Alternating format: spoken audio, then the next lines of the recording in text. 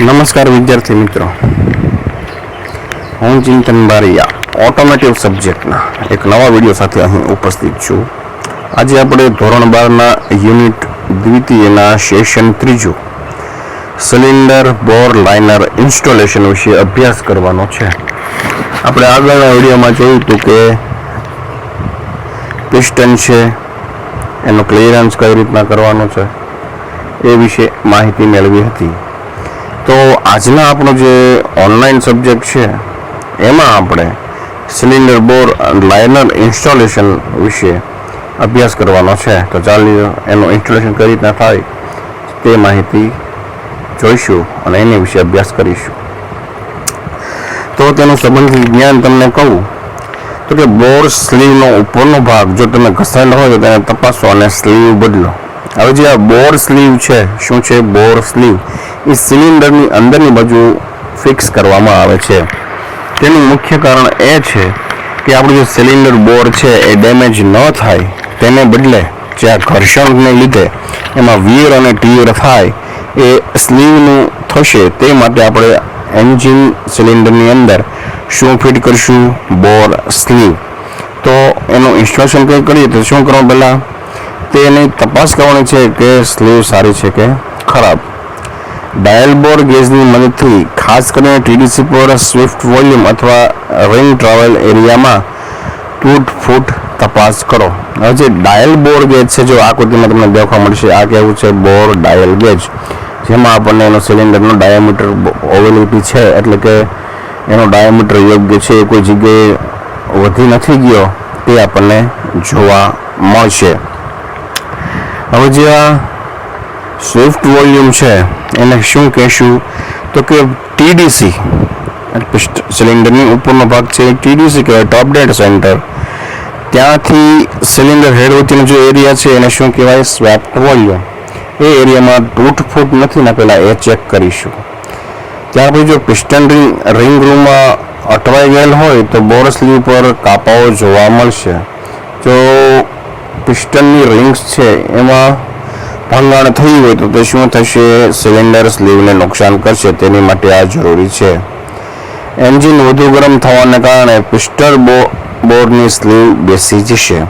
જો એન્જિન વધારે પડતું ઓવરહીટ થતું હોય તો પિસ્ટન બોરની સ્લીવમાં બેસી જશે, જેને આપણે સામાન્ય કારણે કહીએ છીએ કે એન્જિન ચોંટી ગયું અથવા એન્જિન સીઝ થઈ ગયું. આ ઓવરહીટિંગને કારણે થાય છે. હવે બે પ્રકારના લાઇનર હોય છે, એક ડ્રાય અને વેટ. તો અહીં આપણે સૌથી પહેલાં ડ્રાય લાઇનર બોર સ્લીવનું પ્રતિસ્થાપન કરવાનું છે. કેવું? ડ્રાય લાઇનર બોર સ્લીવનું પ્રતિસ્થાપન કરવાનું છે. તો સૌથી પહેલાં એન્જિન બ્લોકને પ્રેસ પર મૂકો. શું કરશું? એન્જિનનો જે બ્લોક છે એને ક્યાં મૂકશું? પ્રેસ. હવે પ્રેસ એટલે શું કે આપણે 11મા ધોરણમાં પ્રોડક્શન સિસ્ટમમાં શીખી ગયા હતા તો કે કોઈ પણ વસ્તુ ઉપર પ્રેશરથી એનું બ્લેન્કિંગ પિયર્સિંગ કરવાનું હોય, કોઈ પણ વસ્તુ બેસાડવાની હોય તો એને આપણે શું કહીએ છીએ? મિકેનિકલ પ્રેસ અથવા હાઇડ્રોલિકલ પ્રેસ. સિલિન્ડર બોરના આકાર પ્રમાણે ખાસ સાધનોનો ઉપયોગ કરીશું. બરાબર? આ જે સિલિન્ડર બોરના જે યોગ્ય હોય નક્કી માપ એ પ્રમાણેના એના સાધનો માનાંક પ્રમાણે હોય એનો જ ઉપયોગ કરીશું, જેથી એની સરફેસને નુકસાન ન થાય. એન્જિન બ્લોકને યોગ્ય રીતે ટેકો આપો અને તેને પ્રેસ પર મજબૂત રીતે મૂકો. બરાબર છે? એને સરખો ટેકો આપવાનો. ત્યાર પછી શું કરશું? એને પ્રેસ ઉપર લઈ જઈશું. હવે બીડીસી ડ્રાય લાઇનર માટે 0.2 થી 0.5 ટનનું દબાણ લગાવો, જ્યાં સ્લીવને અંત એન્જિન બ્લોકની ક્રેન્કકેસ બાજુ પર થાય છે. હવે શું કહે છે? Bottom dead centre. Dry liner માટે શું કરશું? ડ્રાય લાઇનર માટે 0.2 થી 0.5 ટનનો પ્રેસ ઉપર વજન દઈશું અને ક્રેન્કકેસ બાજુ પરથી થશે. જૂની સ્લીવ એન્જિન બ્લોકમાંથી બહાર કાઢો. એટલે જૂની જે સ્લીવ છે એને શું કરશું? બહાર કાઢશું. સ્ટાન્ડર્ડ પિસ્ટન રિંગ સાથે નવી સ્ટાન્ડર્ડ સાઇઝ બોર સ્લીવ પસંદ કરો. હવે જે પિસ્ટન છે અને પિસ્ટન રિંગ છે એને આધારે સ્ટાન્ડર્ડ સાઇઝનું આપણે શું બોર સ્લીવની પસંદગી કરીશું. સ્લીવને લિક્વિડ હાઇડ્રોજનમાં મૂકો, જ્યાં તેને એન્જિન બ્લોક બોરમાં મૂકવું સરળ બનશે. એનાથી શું થશે? એ હાઇડ્રોજન છે બરાબર, લીધે એ શું થશે, માપ સંકુચાશે, ઠરશે, એટલે પછી કેવું થશે, એક્સપાન્ડ થઈ જશે. સ્લીવને સિલિન્ડર હેડની બાજુમાં એન્જિન બ્લોક પર મૂકો. સ્લીવ છે એને ક્યાંથી મૂકશું? સિલિન્ડર હેડના ટોપ ઉપરથી મૂકશું. તેને 0.1 થી 0.3ના દબાણ સાથે પ્રેસ ધીરે ધીરે ચલાવો. સ્લીવ સરળથી એન્જિન બ્લોકમાં પ્રવેશશે. એટલે શું થશે? સ્લીવ છે ધીરે ધીરે શું થશે? સિલિન્ડર બોરમાં પ્રવેશશે. મશીનની ધાર અને ફિલ્ડ ગેજ વડે એન્જિન બ્લોકમાં સ્લીવની ઊંચાઈનું નિરીક્ષણ કરો. એટલે સ્લીવની હાઇટ યોગ્ય છે કે નહીં તે બ્લોકમાં પ્રવેશે તે ત્યારે નિરીક્ષણ કરતું રહેવું જોઈએ. બધા સિલિન્ડરો માટે સમાન ઊંચાઈ જાળવો. બરોબર છે. આપણે જે મલ્ટી સિલિન્ડર એન્જિન છે તેની હાઇટ માટે દરેક સિલિન્ડરમાં એક સમાન હાઇટ આપણે રાખશું સ્લીવની. હવે બોરને સાફ કરો અને તેને ગ્રીસિંગ કરો. શું કરશું? બોરને સાફ કરશું અને ગ્રીસિંગ કરશું, જેના લીધે શું થશે? આરામથી બેસી જશે. હવે ફિલર ગેજની મદદથી શું કરશું? પિસ્ટન ક્લિયરન્સની તપાસ કરીશું. ફિલર ગેજની મદદ વડે એક સરખું આપણે ક્લિયરન્સ જોવું હોવું જોઈએ. પિસ્ટન રિંગ કમ્પ્રેસરનો ઉપયોગ કરો અને એન્જિન બ્લોકમાંથી કનેક્ટિંગ રોડ સાથે પિસ્ટન મૂકો. હવે પિસ્ટન કનેક્ટિંગ કમ્પ્રેસરની મદદથી પ્રેસ કરીને પાછું શું કરશું? એને અંદર મૂકીશું. બધી સ્લીવને બેસાડવા માટે આ જ વસ્તુ પુનરાવર્તિત આપણે બધું કરીશું. આ તમે જોવો છો કે સિલિન્ડર હેડ છે, બરોબર છે. તેને મેન્યુઅલી પ્રેસ વડે શું કરે છે? મેન્યુઅલી પ્રેસ વડે સ્લીવને શું કરવામાં આવે છે? બેસાડવામાં આવે છે. તમે ઉપરથી જુઓ જે તમને અંદરની બાજુ એ દેખાય છે, જમણી બાજુ એ શું છે? સ્લીવ છે. જેને કારણે શું થાય તો કે આપણું એન્જિનનું સિલિન્ડર છે એ નુકસાન ન થાય, પણ નુકસાન કોને થાય? સિલિન્ડર સ્લીવને. એ માટે બેસાડવામાં આવે છે. હવે વેટ લાઇનર બોર સ્લીવ પ્રતિસ્થાપન. આની પહેલાં જે જોયું હતું કેવું હતું? ડ્રાય. હવે આવે છે વેટ સ્લીવનું. તો સેમ પ્રોસિજર છે પણ થોડાક ફેરફાર છે. તો સૌથી પહેલાં આપણે એના સ્ટેપ જોઈશું. તો એન્જિન બ્લોકને પ્રેસ પર મૂકો. એન્જિન બ્લોકને પ્રેસ પર મૂકીશું. સિલિન્ડર બોરની સાઇઝ પ્રમાણે ખાસ સાધનોનો ઉપયોગ કરીશું કે સિલિન્ડર બોરમાં જે યુઝ થતા હોય એ સ્ટાન્ડર્ડ સાધનોનો ઉપયોગ કરીશું. એન્જિન બ્લોકને યોગ્ય રીતે ટેકો આપો અને તેને પ્રેસ પર મૂકો. એન્જિન બ્લોકને યોગ્ય ટેકો આપશો અને એન્જિન પર પ્રેસ પર મૂકીશું. એન્જિન બ્લોકને ક્રેન્કેજ બાજુથી જ્યાં સ્લીવ બીડીસી પર સ્થાપાય છે તેના વેટ લાઇનર 1 થી 0.3 ટને દબાણ આપીશું. પહેલાં ક્યાં તો હેડમાંથી, હવે ક્યાં આપીએ છીએ? ક્રેન્કેજથી કેટલું વજન આપવાનું? 0.1 થી 0.3 ટનનું વજન આપીશું. જેને લીધે જૂની સ્લીવ છે એન્જિનમાંથી બહાર આવશે. સ્ટાન્ડર્ડ પિસ્ટન રિંગ સાથે નવી સ્ટાન્ડર્ડ સાઇઝ બોર સ્લીવ પસંદ કરો. આપણે જે નવું પિસ્ટન છે અને એની રિંગ છે એની પ્રમાણે શું કરશું? એની સ્ટાન્ડર્ડ સાઇઝ પ્રમાણે બેસાડીશું. ક્રેન્કેજમાં પાણીના લીકેજ ટાળવા માટે સ્લીવવાળું સાબુવાળું પાણી લગાવો, જેને ઓ રિંગ પણ ફિટ કરો. ક્રેન્કેજ છે એમાં શું કરશું કે પાણીના કે ઓઇલના ચક્કર ન જાય એ માટે શું કરશું? આપણે ઓ રિંગનો ઉપયોગ કરશું. સ્લીવ સિલિન્ડર બ્લોક પર સિલિન્ડર હેડની બાજુમાંથી મૂકો. સ્લીવને સિલિન્ડર બ્લોક પર સિલિન્ડરની હેડ બાજુથી મૂકશું. 0.1 થી 0.3 પ્રેશર સાથે પ્રેસ ધીરે ધીરે ચલાવો. એટલે ધીરે ધીરે પ્રેસ આપો. ઓ રિંગ વળે નહીં, તૂટે નહીં તેની કાળજી રાખવી. લાઇનરને એન્જિન બ્લોકમાં સ્લાઇડ કરો. હવે લાઇનરને શું કરવાનું? અંદર લાઇનર સ્લીવની અંદર સ્લાઇડ કરીશું. મશીનની ધાર અને ફિલર ગેજ વડે સ્લીવનું ઊંચાઈનું નિરીક્ષણ કરો. પાછું ફિલર ગેજ લ્યો, એની મદદથી એમાં મેઝરમેન્ટ લ્યો અને માઇક્રોમીટર દ્વારા તમે એનું નિરીક્ષણ કરો. બોર સાફ કરો અને પછી શું કરશું? એનું ગ્રીસિંગ કરશું. બોરને સાફ કરશું અને ત્યાર પછી તેનું ગ્રીસિંગ કરશું. રિંગ રૂમમાં રિંગ્સ મૂકો. લ્યુબ્રિકેટિંગ ઓઇલ લગાવો અને રિંગ કમ્પ્રેશનની મદદથી પિસ્ટન કનેક્ટેડ રોડ સાથે એન્જિન બ્લોક પર મૂકો. જે આપણે વેટમાં લાઇનરમાં કેમ કરવાનું? તો કે જે આપણે ડ્રાયમાં કર્યું હતું તે જ રીતના શું કરશું? રિંગ્સ રૂમમાં રિંગ મૂકીશું, લ્યુબ્રિકેટિંગ ઓઇલ લગાવીશું. કમ્પ્રેશનની મદદથી પિસ્ટન અને કનેક્ટિંગ રોડને શું કરીશું? એન્જિનમાં દાખલ કરીશું. આ હતું આપણું વેટ લાઇનર અને ડ્રાય લાઇનરનું ઇન્સ્ટોલેશન. હવે ત્યાર પછી આવે છે ક્રેન્ક શાફ્ટ અને મુખ્ય બેરિંગનું નિરીક્ષણ. શું આવે છે? ક્રેન્ક શાફ્ટ અને મુખ્ય બેરિંગ જે ક્યાં લાગેલી હોય છે? ક્રેન્કેજમાં. તો સંરેખણ માટે ક્રેન્કશાફ્ટનું નિરીક્ષણ કરો, એટલે કે એક સરખી છે કે નહીં, તેમાં ઓવિલિટી એટલે કે એનો આકાર બદલાનો છે કે નહીં, બેન્ડિંગ થયું છે કે નહીં, તે માટે તેને સંરેખણ કરશું. બેરિંગની તપાસ કરો, એના જે બેરિંગ્સ બંને છેડે આપેલા એની તપાસ કરીશું. ક્રેન્ક કેજમાંથી ક્રેન્કશાફ્ટ દૂર કરીશું. લેથ મશીન પણ ક્રેન્કશાફ્ટ મૂકીશું. જે લેથ મશીન છે આપણે 11મા ધોરણમાં શીખી ગયા છીએ કે તેમાં એક લાઈવ ડેડ સેન્ટર હોય, એક ડેડ સેન્ટર હોય, જેમાં એક ભાગ ફરતો હોય ને એક ભાગ ખાલી કેવો હોય સ્થિર હોય. તેની પર શું ચડાવશું? ક્રેન્કશાફ્ટ, અને એની ઓવિલિટી આપણે ચેક કરીશું. રનઆઉટ બેન્ડ તપાસ માટે ડાયલ ગેજનો ઉપયોગ કરીશું.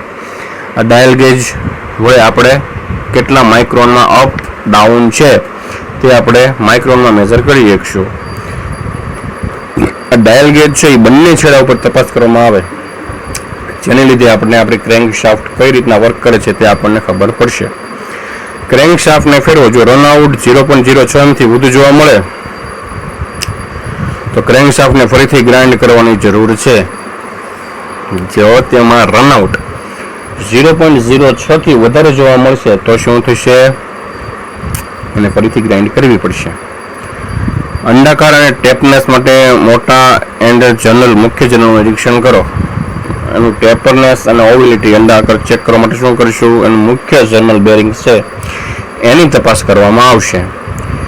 માઇક્રોમીટરનો ઉપયોગ કરો અને સ્થિતિ AA અને સ્થિતિ BB પર રીડિંગ લો. તેના રીડિંગ વચ્ચેનો તફાવત અંડાકાર આપે છે. આ જે રીડિંગ છે એ તમને આની નીચે જે આકૃતિ આપી છે તેમાં દેખાડું. તેના બે સેક્શન પેટા છે, AA અને BB. તે બંને વચ્ચેનું અંતરમાં તમને અંડાકાર આકૃતિ દેખાશે. એને આધારે આપણે નક્કી કરશું કે એમાં ઓવિલિટી આવી છે કે નહીં. પછી અંડાકારનું અનુમૂલ્ય 0.01 થી 0.015 mm છે તો ટેપરનેસ તપાસ માટે મુખ્ય જનરલ કન્ટિન્યુઅર પિનના બંને છેડા પર આ રીડિંગ્સ લો. બરાબર, ઉપરનું જે રીડિંગ આપ્યું છે એ કેવું છે? માનક. અને ટેપરનેસ વધારે હોય તો તેને શું કરશું? રીડિંગ્સ ઉપર આધાર રાખશું. માઇક્રોમીટરનો ઉપયોગ કરો અને સ્થિતિ A અને A', B અને B' રીડિંગ લો અને ટેપરનેસની તપાસ કરો. આ ઓવિલિટી છે અને આ છે એ તેની બેન્ડનેસ ચેક કરવા માટેનું છે. આ બંને જગ્યાના માપ કેવા હોવા જોઈએ? સરખા. બંને માપમાં કંઈક ફેરફાર પડે તો આપણી ક્રેન્કશાફ્ટ છે એ બેન્ડિંગ માટે થયું હોય તેવું આપણને ખ્યાલ આવશે. હવે એના કેટલાક એના મૂલ્યાંકન છે કઈ રીતના કરશું તે વિશે થોડીક તમને અહીંયા માહિતી આપી દઉં. તો કે ટેપરનેસનું મૂલ્ય કેટલું હોવું જોઈએ? 0.01 થી 0.015 mm સુધીનું હોવું જોઈએ ક્રેન્કશાફ્ટનું છે. જનરલના છેડા પર કોલર તપાસો, બેરિંગનો એક પ્રકાર છે. ઓઇલના છિદ્ર કિનારી તપાસો, છિદ્ર સાફ કરો. હવે જ્યાં ઓઇલ છિદ્ર આપેલો એને સાફ કરવાના. ક્રેન્કશાફ્ટની સંરેખણ અંડાકારના લીનનું અનુમૂલ્ય મૂલ્ય કરતાં વધી જાય તો ક્રેન્કશાફ્ટને 0.15 mm થી ટૂંકો કરો. જો તેમાં બેન્ડ આવી ગયો હોય, લિનિયર ન હોય, એમાં લીન થઈ ગયું હોય એટલે પાતળાપણું આવી ગયું હોય તો તેને કેટલું રાખવું પડે? જેમથી હોય તો તેને ટૂંકું કરવું. 0.015 mm થી હોય તેને ટૂંકું કરવું પડશે.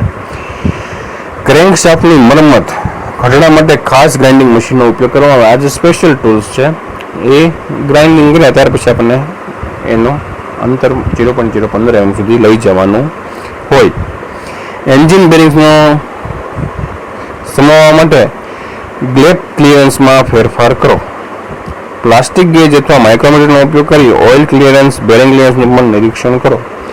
આ થઈ ગયા પછી આવડે એને શું કરવાનું? તો કે પિસ્ટન ક્લિયરન્સ, બેરિંગ ક્લિયરન્સ એ બધું તપાસ કરવાની થશે. તેનું મૂલ્ય કેટલું છે? 0.05 mm. હંમેશા વાંકા અથવા વળેલા કનેક્ટિંગ રોડને બદલો. બેન્ડ થયેલો કનેક્ટિંગ રોડ હોય એ હંમેશા કેવું કરવાનો? બદલી નાખવાનું. જેના કારણે શું થાય? એન્જિનની આવરદા વધે અને કાર્યક્ષમતામાં વધારો થશે. ક્રેન્કશાફ્ટને એન્જિન ક્રેન્ક કેસમાં ફિટ કરો અને એન્ડ પ્લે તપાસ. હવે પ્લે એટલે શું? જેમાં મૂવમેન્ટ થઈ શકતી હોય એને એન્ડ પ્લે કહેવાય. એક સાથે ફિક્સ ના હોય પણ થોડોક પ્લે થતો હોય, મૂવમેન્ટ થતી હોય એને પ્લે કહીશું. એન્ડ પ્લે ચકાસવા માટે ક્રેન્કશાફ્ટના એક છેડા પર ડાયલ ગેજ મૂકો. ક્રેન્કશાફ્ટને ખેંચો, પુશ કરો. ડાયલ ગેજ પર વિપેક્ષ દર્શાશે. એટલે આ રીતના આપણે મૂવમેન્ટ કરશું, બરોબર, ખેંચશું ને પુશ કરશું, એના આધારે આપણે રીડિંગ મળશે એ આપણે નોંધવાના રહેશે. જો પ્લે વધુ હોય તો મોટી સાઇઝના થ્રસ્ટ પેડ ઇન્સ્ટોલ કરો અને ઓછું હોય તો થ્રસ્ટ પેડની જાડાઈ ઓછી કરો. હવે જેમાં પ્લે વધારે હોય, જેમ પ્લે વધારે છે ને એમ એની ગતિમાં કેવું થશે, વધારે કંપન થશે. આ કંપન ઘટાડવા શું કહે છે, જો વધારે એમાં પ્લે હોય તો શું કરવાનું છે, એની અંદર થ્રસ્ટ પેડ ઉમેરશું. જો એમાં ઉમેરશું અને જો ઓછું હોય તો એને એડજસ્ટ કરવા માટે શું કરશું, દૂર કરશું. તમામ oil seal, O-ring, packing kit વગેરે બદલો. બરાબર, એમાં જેટલું ઓઇલ લીકેજ થતું એ બધી ઓરિંગ ચેન્જ કરશું. સર્વિસ મેન્યુઅલમાં સૂચવ્યા મુજબ યોગ્ય ક્રમમાં એન્જિન એસેમ્બલ કરશું. આપણું પેલું સેશન કે સર્વિસ મેન્યુઅલમાં જેને એસેમ્બલી કરવાની, ડિસએસેમ્બલી કરવાની જે પદ્ધતિ આપી છે એ જ પ્રમાણે વસ્તુ આપણે કરીશું. એન્જિન ઓઇલ ભરો અને અન્ય એન્જિન એસેસરીઝ જોડો. એન્જિનમાં ઓઇલ ભરીશું અને એની બાકીની રહેલી જેટલી સિસ્ટમ છે એને એંગેજ કરીશું. એન્જિનને 2 કલાક માટે આદર્શ ગતિએ ચલાવો અને લીક તપાસ કરો. પછી શું કરશું, આ બધી વસ્તુ ફિટ કર્યા પછી એન્જિનને આદર્શ એટલે કે વર્કિંગ કન્ડિશનમાં રાખો, કોઈ પણ જગ્યાએ કાંઈ તકલીફ નથી, કાંઈ લીકેજ નથી, તેની માહિતી મળશે. પણ આ ક્યારે કરવાની, 2 કલાક પછી. તો વિદ્યાર્થી મિત્રો, અહીં આપણે અગત્યના એન્જિનના પાર્ટ્સ એવા કે એના ડ્રાય લાઇનર બોર, વેટ લાઇનર બોર, ક્રેન્કશાફ્ટ, એના બેરિંગ્સ, એનું ઇન્સ્ટોલેશન કરવું, તેનું ચેકિંગ કઈ રીતના કરવું, એ અગત્યની માહિતી આપણે અહીં આ લેક્ચરમાં વિસ્તૃત રીતે ચર્ચા કરી.